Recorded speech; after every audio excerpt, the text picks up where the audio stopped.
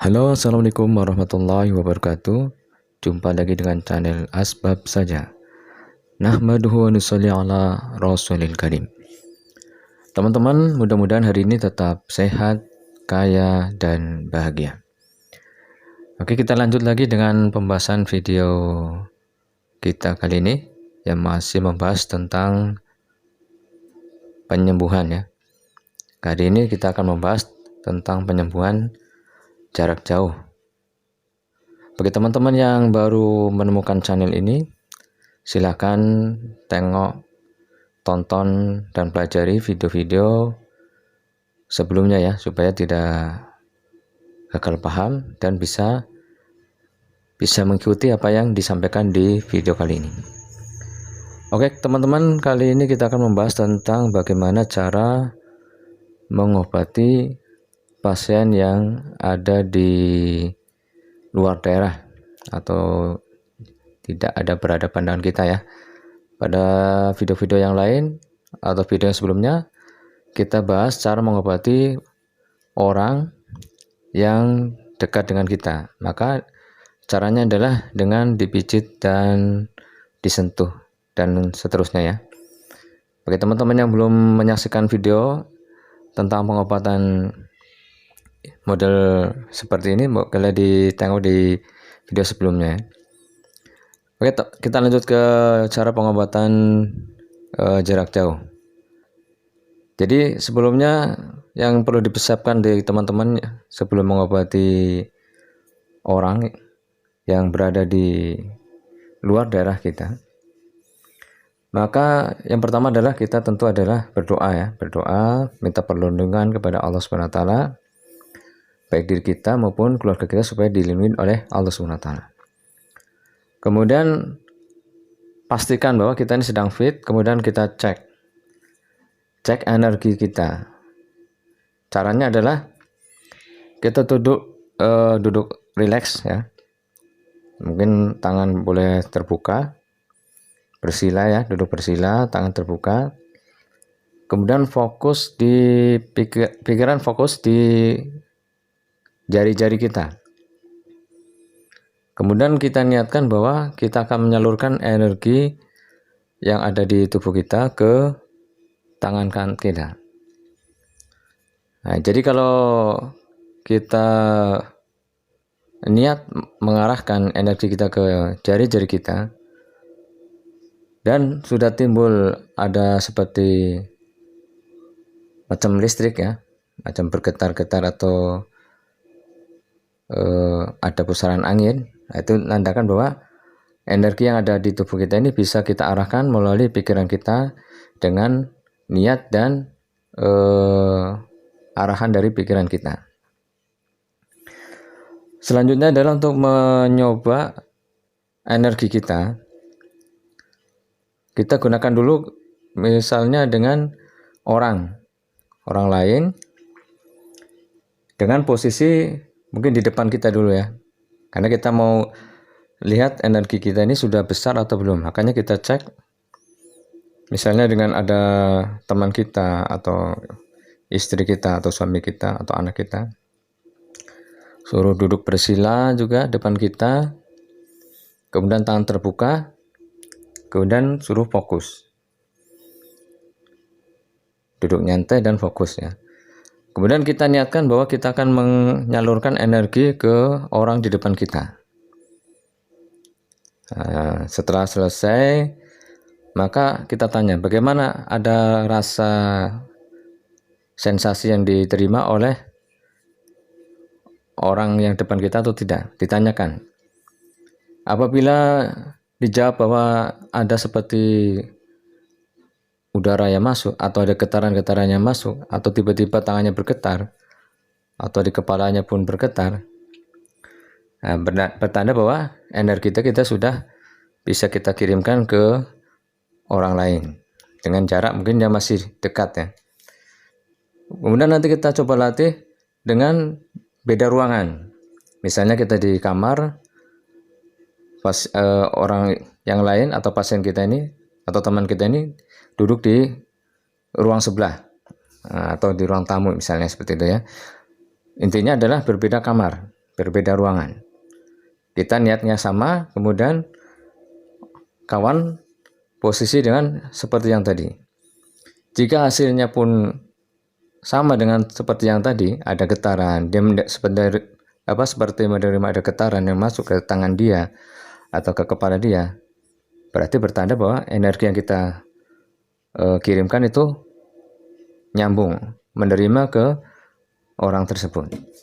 Nah, ini nanti kita latih, sehingga kita semakin coba, kita mungkin dalam satu kota, nanti dalam satu provinsi, nah, kita bisa coba. Ya, semakin sering kita latihan, maka semakin energi kita semakin besar, kemudian pikiran kita pun semakin fokus. Jadi nanti kedepannya kita bisa mengobati dengan cara jarak jauh, walaupun dia mungkin berbeda kota, berbeda pulau, atau berbeda negara, bisa. Memang secara efektif adalah kita ada janjian dengan orang yang kita terapi nih. Misalnya kita di kota A, dia di kota B. Maka sebelum kita mau menyalurkan, maka usahakan kita ada janjian. Misalnya hari ini nanti saya jam sekian akan ngirim energi untuk penyembuhan. Maka usahakan standby, duduk, kemudian siap-siap menerima. Ini yang paling efektif seperti itu. Jadi kita mengirimkan energi, kemudian orang yang kita terapi yang di luar kota itu, mereka pun siap-siap menerima energi yang akan kita kirimkan. Ini lebih efektif. Berbeda apabila kita kirimkan energinya, sedangkan mereka ini tidak siap. Bahkan mungkin mereka sedang nonton film, atau mungkin dia sedang jalan-jalan. Nah, ini tidak maksimal. Kalau maksimal itu cara yang pertama. Kalaupun tidak seperti yang cara pertama tadi, adalah dengan cara misalnya kita mau diam-diam karena kita mungkin masih belum pede ya menyalurkan energi. Takut-takutnya kadang-kadang namanya pemula kita ini, kita kirimkan rupanya tidak ada reaksi. Mereka mungkin ngecek seperti itu ya, atau tidak percaya. Nah, mungkin seperti itu. Kita kadang yang baru-baru ini tidak pede. Makanya caranya adalah kita kirimkan ketika kira-kira waktunya sudah tidur. Misalnya jam 12 atau jam 11. Atau yang kita kira-kira kita sudah tahu bahwa si pasien ini sedang dalam keadaan istirahat atau tidur. Dan biasanya memang bagusnya adalah malam hari. Karena malam hari adalah dimana orang-orang pada tidur. Jadi perputaran frekuensi atau getaran-getaran yang ditimbulkan daripada orang-orang yang masih belum tidur, ini akan banyak di udara. Nah, jadi kalau belum tidur, banyak orang belum tidur, maka perputaran energi, vibrasi, frekuensi ini semakin banyak di udara. Sehingga apabila kita energinya kurang keras, kurang kuat, maka akan terhambat. Apalagi kita ini fokusnya masih belum pas, maka energinya pun tidak maksimal. Jadi kalau pas malam sudah sepi, biasanya gelombang di udara pun sudah mulai sepi. Apabila kita menyalurkan energi ke orang di pulau atau di luar kota, insya Allah ini akan ada perubahan. Kemudian yang perlu dicatat adalah bahwa untuk mengobati ini memang tidak bisa secara spontan langsung sembuh ya. Biasanya ada proses. Seperti kalau kita kena luka ya, misalnya kita mungkin pernah kena pisau ya. Ketika kena pisau, pertama akan mengeluarkan darah. Nanti setelah kita obati mungkin darah mulai mengering, tapi bekas luka masih ada. Kadang kena air pun masih pedih ya. Nanti besoknya lagi mulai mengering lagi. Kemudian besoknya mungkin akan ada perbaikan bahwa lukanya itu akan mulai merapat, kering. Lama-lama akan hilang.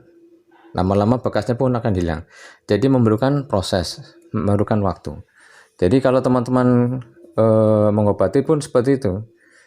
Jangan dianggap bahwa ketika kita mengirimkan energi, kemudian dia masih keadaan sakit, kita gagal. Tidak seperti itu ya. Kadang-kadang kita perlu tanyakan, Misalnya kalau kita sudah kenal, kita tanyakan bagaimana keadaannya.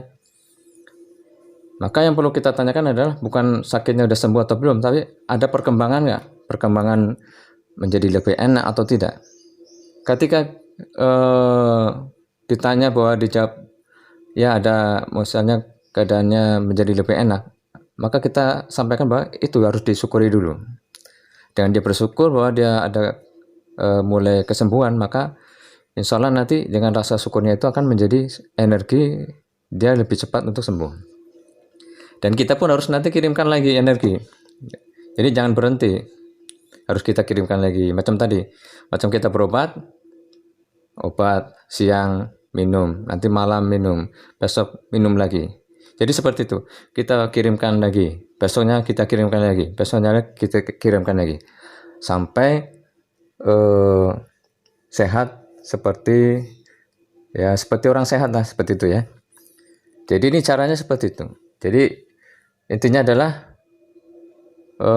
pikiran kita harus fokus ketika menyalurkan, dan idealnya adalah orang kita kirimkan pun siap menerima. Ini paling idealnya seperti itu.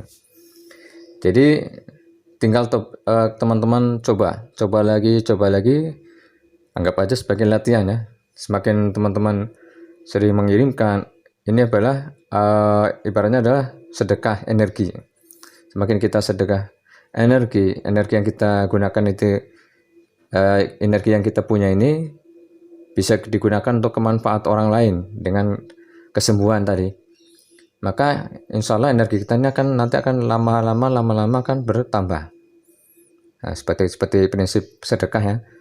Setiap kita sedekah, nanti Allah akan lipat gandakan rezeki kita.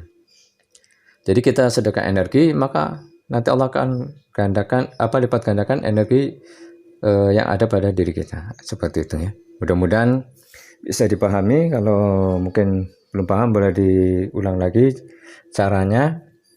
Intinya adalah terus belajar dan kemudian dipraktekkan. Mudah-mudahan berhasil ya. Tetap sehat, kaya dan bahagia. Sampai jumpa di video berikutnya. Persembahan Asbab Raja. Assalamualaikum warahmatullahi wabarakatuh.